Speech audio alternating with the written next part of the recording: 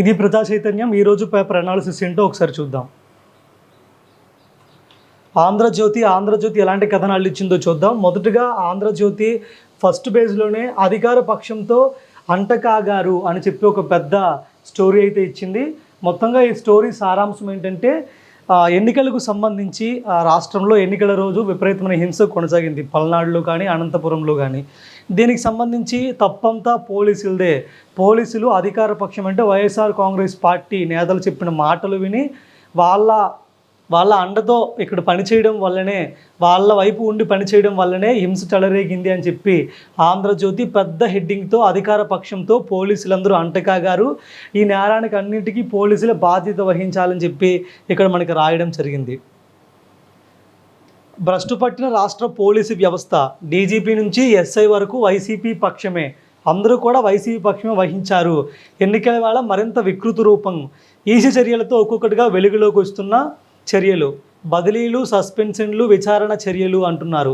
Police శాఖకే మాయన మచ్చగా తయారైందని చెప్పి చాలా రకంగా హెడ్డింగ్లు పెట్టి రాశారు. ఎన్నికలకు ముందు మనం తీసుకున్నట్లయితే, ఎన్నికలకు ముందు రాష్ట్రంలో చాలామంది జిల్లా కలెక్టర్లను కానీ అలాగే డీజీపీతో సహా చాలామందిని మార్చిన ఘటనలు మనం చూసాం.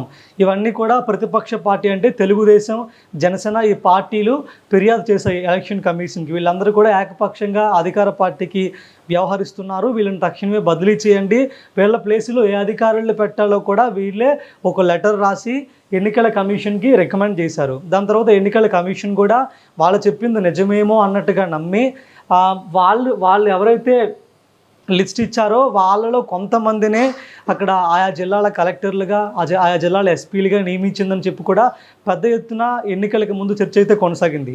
మరి వాళ్ళు ఎవరైతే రికమెండ్ చేశారో ఆ పేర్లతో కూడుకున్న జాబితాలోని వ్యక్తులే ఈరోజు ఆయా జిల్లాల్లో ఎస్పీలుగా, కలెక్టర్లుగా ఎన్నికల సంఘం నియమించింది. మరి ఎలాంటప్పుడు వాళ్ళ టీడీపీ సిఫార్సు చేసిన అధికారులందరూ ఈరోజు ఎన్నికలప్పుడు ఎస్పీలుగా, కలెక్టర్లుగా పనిచేశారు. ఇలాంటప్పుడు వైఎస్ఆర్ కాంగ్రెస్ పార్టీ నేతలు చెప్పిన సూచనలు పాటిస్తూ హింసకు తెరరేపారనేది పూర్తి అబద్ధం. ఎందుకంటే వాళ్ళని అక్కడ ఆయా స్థానాల్లో కూర్చోబెట్టింది, రికమెండ్ చేసింది టీడీపీ పార్టీ ఎన్నికల సంఘానికి చెప్పింది. ఎన్నికల సంఘం వాళ్ళని రికమెండ్ చేసిందని చెప్పి వైసీపీ నేతలు కానీ స్థానికంగా కూడా చాలా చర్చ జరిగింది. మరి వైసీపీ నాయకులే వీళ్ళు నియమించారా? మరి వైసీపీ నాయకులు చెప్పినట్టు వాళ్ళు ఎందుకు చేస్తారు? ఒకసారి ఆలోచించాలి. ఇప్పుడేమో హింస మొత్తం చెలరేగిపోయింది. రాష్ట్ర డీజీపీ కానీ అదేవిధంగా సిఎస్ కానీ ఢిల్లీలో ఉన్న ఎన్నికల కమిషన్ దగ్గరికి వెళ్ళారు. కొత్తగా పోలీసుల వైఫల్యం వల్లనే అక్కడ ఈ విధంగా జరిగింది అని చెప్పి వాళ్ళు చెప్పారు. వైసీపీ నేతలు కూడా కొత్తగా పెట్టిన అధికారులకు వాళ్ళకి పూర్తిగా స్థానిక పరిస్థితులు తెలియకపోవడం వల్ల హింస చెలరేగిందని కూడా కొంతమంది వైసీపీ నేతలు మీడియా ముందుకు చెప్పారు. టీడీపీ నేతలు ఇప్పుడు చివరికి మొత్తం పోలీసులదే తప్పు, వాళ్ళే చేశారు, వైసీపీ నాయకుల అండతోనే వాళ్ళు చేశారని చెప్పి చెప్తున్నారు. అంటే రికమెండ్ చేసింది వాళ్ళు చెప్పినట్టే పోలీసులు పనిచేశారు, హింస జరిగింది, చివరికి మళ్ళీ పోలీసులదే తప్పు అన్నట్టు కథనం ఇస్తున్నారు వీళ్ళు. మరో కథనం చూద్దాం. ల్యాండ్ టైటిలింగ్పై నీతి ఆయోగ్ జలకిచ్చిందంట, జగన్ అండ్ కోకు మైండ్ బ్లాక్ అయిందని చెప్పి ఒక మంచి హెడ్డింగ్ అయితే వీళ్ళు పెట్టారు. ఆ చట్టం గురించి తమకేమీ తెలియదన్న నీతి ఆయోగ్, కేంద్రం నీతి ఆయోగ్ ఒత్తిడి మేరకే చట్టం చేశామన్న ప్రచారం డొల్లే అని చెప్తున్నారు. ల్యాండ్ టైటిలింగ్ యాక్ట్పై నీతి ఆయోగ్ జగన్ సర్కార్కి జలకిచ్చిందని చెప్తున్నారు. ఆ చట్టం గురించి నీతి ఆయోగ్కి అసలు ఏమీ తెలియదని నీతి ఆయోగే స్పష్టం చేసినట్టు కూడా వీళ్ళు చెప్తున్నారు. కేంద్రము నీతి ఆయోగ్ ఒత్తిడి చేయడం వల్లే రాష్ట్ర ప్రభుత్వం ఆ చట్టాన్ని తీసుకొచ్చింది అని రాష్ట్ర ప్రభుత్వం చెప్పిందంట గతంలో. అదంతా కూడా ఆ ప్రచారం అంతా ఉత్తుదే, నీతి ఆయోగ్ అసలు సంబంధం లేదు అన్నట్టు చెప్తున్నారు. అసలు ల్యాండ్ టైటిలింగ్ యాక్ట్ అసలు ఎక్కడి నుంచి వచ్చింది? అసలు ఏంటి land titling act? Land titling act అనేది భూమికి సంబంధించి ఎప్పుడో భారతదేశంలో బ్రిటిష్ కాలానికి సంబంధించిన భూ చట్టాలు ఇప్పటికి కూడా అమల్లో ఉన్నాయి. అప్పుడెప్పుడో చేసిన సర్వే కూడా ఇప్పటికీ అమల్లో ఉంది. చాలా భూ తగాదాలు, చాలా కేసులు, కొన్ని లక్షల కేసులు కోర్టుల్లో పెండింగ్లో ఉన్నాయి. దానికి పరిష్కార మార్గం చూపించాలని చెప్పి విదేశాల్లో అమల్లో ఉన్న ల్యాండ్ టైటిలింగ్ యాక్ట్ భారతదేశానికి కూడా తీసుకొస్తే బాగుంటుంది అని చెప్పి నీతి ఆయోగ్ అనే ఒక ఆ కేంద్ర ప్రభుత్వం అండర్లో పనిచేసే ఒక సంస్థ ఈ చట్టాన్ని తీసుకొచ్చింది. ఈ చట్టం ఏ విధంగా చేసుకుంటే బాగుంటుంది అని వాళ్ళు ఆలోచించినప్పుడు ఆయా రాష్ట్ర ప్రభుత్వాలకి అధికారాన్ని వదిలేద్దాము, అక్కడ స్థానిక పరిస్థితులకు అనుగుణంగా వాళ్ళు ఆ చట్టాన్ని చేస్తారు, దాన్ని ఆమోదిస్తే తర్వాత ఆయా రాష్ట్రాల్లో ఈ ల్యాండ్ టైటిలింగ్ యాక్ట్ అమలు చేయొచ్చు, తద్వారా భూ సమస్యలు తొందరగా పరిష్కారం అవుతాయి, బాగుంటుందని చెప్పి నీతి ఆయోగ్ అభిప్రాయపడింది. అయితే చట్టం ఎలా చేయాలి, ఒక మోడల్ చట్టాన్ని నీతి ఆయోగ్ అధికారులందరూ కూర్చొని కొన్ని అంశాలని పొందుపరిచారు. ఇందులో ఒక అధికారి ఉండాలి, దీనికి సంబంధించి సర్వే ఈ విధంగా చేపట్టాలి, ఇలా అలా చెప్పి ఒక మోడల్ యాక్ట్ని తయారు చేసి అన్ని రాష్ట్ర ప్రభుత్వాలకు కూడా వీళ్ళు పంపించడం జరిగింది. అదేవిధంగా ఆంధ్ర రాష్ట్రానికి కూడా నీతి ఆయోగ్ నుంచి ల్యాండ్ టైటిలింగ్ యాక్ట్కి సంబంధించిన మోడల్ యాక్ట్ ఒకటి వచ్చింది. దాన్ని అనుసరించి ఆంధ్రప్రదేశ్ ప్రభుత్వం ఒక చట్టాన్ని తయారు చేయడం జరిగింది. అయితే దాన్ని పూర్తిగా అమల్లోకి తీసుకురాలేదు. పైలట్ ప్రాజెక్టు కింద కొన్ని జిల్లాల్లో ప్రస్తుతానికి అమలు చేస్తున్నారు. అయితే ల్యాండ్ టైటిలింగ్ వల్ల జరిగే నష్టమేమీ లేదు. ఎప్పుడో బ్రిటిష్ కాలంలో చేసిన సర్వే భూతగాథలు అవన్నీ కూడా పరిష్కారం అవుతాయి.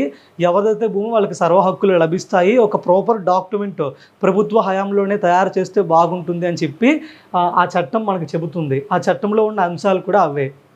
సో అంత మంచి చట్టాన్ని ఈరోజు ఎన్నికలకు ముందు టీడీపీ వాళ్ళు దాన్ని ఒక భయంకరమైన చట్టంగా చూపించారు. తర్వాత దానికి సంబంధించి రాష్ట్ర ప్రభుత్వం కూడా వివరణ ఇచ్చింది. ఆ చట్టం అమల్లోకి తావడం లేదు. నీతి ఆయోగ్ ఆమోదించి దేశం మొత్తం ఓకే అంటేనే మన రాష్ట్రంలో కూడా అమలు చేసుకుందాము, లేదంటే లేదని చెప్పి కూడా వైసీపీ ప్రభుత్వం చెప్పింది. మరి ఈరోజు నీతి ఆయోగ్ మోడల్ చట్టం తీసుకొచ్చింది, అన్ని రాష్ట్ర ప్రభుత్వాలకు ఇచ్చింది, రాష్ట్ర ప్రభుత్వాలు చట్టాలు చేసుకున్నాయి. అవి ప్రస్తుతానికి పైలట్ ప్రాజెక్ట్ దశలో చాలా రాష్ట్రాల్లో ఉన్నాయి. మరి ఇదేంటిది, నీతి ఆయోగ్కి సంబంధం లేదు, అసలు జగన్ ప్రభుత్వానికి మైండ్ బ్లాక్ అయిపోయింది, వాళ్ళు చేసిన ప్రచారం డొల్లే అని చెప్పేసి పచ్చి అబద్ధాలు ఈరోజు ఆంధ్రజ్యోతి పేపర్ ఇక్కడ పెద్ద హెడ్డింగ్ పెట్టి రాశారు. ఈ హెడ్డింగ్ కూడా జగన్ అండ్ కోకు మైండ్ బ్లాక్ అని చెప్పి ఇక్కడ సింబల్ పెట్టారు చూసారా, ఈ సింబల్ అనేది అది వాస్తవం కాదు, జస్ట్ ఇమాజినేషన్ అని చెప్పి వార్తా పేపర్లలో ఒక సేఫ్ సైడ్ ఉండడానికి ఇలాంటి సింబల్ యూజ్ చేస్తారు. సో వీళ్ళు ఇది కూడా తప్పని మనం అర్థం చేసుకోవచ్చు. సో ఈ విధంగా చూస్తే వీళ్ళు చాలా రాశారు. ఈసీ దెబ్బతో జగన్ పేరు మాయమంటూ ఇంకొక వార్త ఇచ్చారు. ఈసీ చర్యలు చేపట్టడం వల్ల పిల్లలకి ఇచ్చే విద్యాకాండ కిట్ల పైన జగన్మోహన్ రెడ్డి గారి ఫోటో లేదు అని చెప్పి ఒక కథనం ఇచ్చారు ఇక్కడ. అంటే ఈరోజు జగన్ రెడ్డి గారి ఫోటో లేకపోతే వీళ్ళకి చాలా ఆనందం. గతంలో వీళ్ళు స్కూల్కి కానీ స్కూల్ పిల్లలకు కానీ చేసింది ఏమీ లేదు. ఈరోజు స్కూళ్ళు నాడు నేడు పథకంతో ఎంతో డెవలప్ చేశారు, చాలా జరిగింది. స్కూల్లో విద్యా వ్యవస్థ పూర్తిగా మారిపోయింది, ప్రజలందరూ ఇంగ్లీష్ మీడియం చదువుకుంటున్నారు, బాగుంది. సో అవన్నీ చూడలేక వీళ్ళు ఎలక్షన్ కోడ్ ఉండడం వల్ల ఒకవేళ ఫోటో తొలగించవచ్చు, కానీ పిల్లల మనసులో ఉన్న జగన్ అన్నని ఎవరు తొలగించలేరు. ఈరోజు ఏ స్కూల్లో పిల్లలు అడిగినా ఆ జగన్ అన్న అంటే అందరికీ తెలుసు, ముఖ్యమంత్రి జగన్మోహన్ రెడ్డి అని ఎల్కేజీ నుంచి 10th క్లాస్ చదివే విద్యార్థి ఎవడైనా చెప్తాడు. సో వీళ్ళు ఆ రాక్షస ఆనందం పొందుతున్నారు, ఫోటో లేదని చెప్పి. ఇదో కథనం, ఇది కూడా వార్త వీళ్ళకి. సో ఈ విధంగా చాలా వార్తలు ఇచ్చారు. అదేవిధంగా స్కూళ్ళలో ప్రభుత్వ ఎయిడెడ్ స్కూళ్ళలో విద్యార్థుల శాతం తగ్గిపోతుందని చెప్పి కూడా ఒక కథనాన్ని ఇచ్చారు వీళ్ళు. అంటే కొన్ని స్కూళ్ళలో తగ్గొచ్చు పిల్లలు, ఎందుకంటే కొత్త విద్యా సంవత్సరం వస్తుంది, పిల్లలు అటు ఇటు మారుతూ ఉంటారు. మరి అదేవిధంగా మరోవైపు ప్రభుత్వ స్కూళ్ళలో విద్యార్థుల సంఖ్య భారీగా పెరుగుతుంది. మంచి వార్త కదా అది, ప్రభుత్వ స్కూళ్ళలో విద్యార్థులు పెరగడం మంచి వార్త, దాన్ని వేయచ్చు కదా, దాన్ని వేయడం లేదు. 100 స్కూళ్ళలో ఒక స్కూల్లో పిల్లలు తగ్గారు. సో రాష్ట్రం అంతా అన్ని స్కూళ్ళలో ప్రభుత్వ స్కూళ్ళలో పిల్లలు తగ్గిపోతున్నారని చెప్పేసి ఆ ఒక్క స్కూళ్ళని తీసుకొచ్చి ఇక్కడ చూపిస్తున్నారు తప్ప మిగతా 99 స్కూళ్ళలో విద్యార్థుల చేరిక శాతం పెరిగిందని చెప్పి వీళ్ళు ఇవ్వడం లేదు. సో ఇలాంటి తప్పుడు వార్తలతో ప్రజలందరినీ తప్పు పట్టించే ప్రయత్నం చేస్తున్నారు ఈ ఆంధ్రజ్యోతి లేదా ఎల్లో మీడియా అని చెప్పి ఇలాంటి న్యూస్ పేపర్లు. ప్రజలు ఎవరు కూడా ఈ వార్తల్ని నమ్మొద్దు, ఎందుకంటే వాస్తవ పరిస్థితులకి పూర్తి భిన్నంగా తప్పుడు కథనాలు వీళ్ళు ప్రచురిస్తున్నారు. నిజాలు తెలుసుకోవాలని కూడా మేము కోరుతున్నాము. Thank you for watching.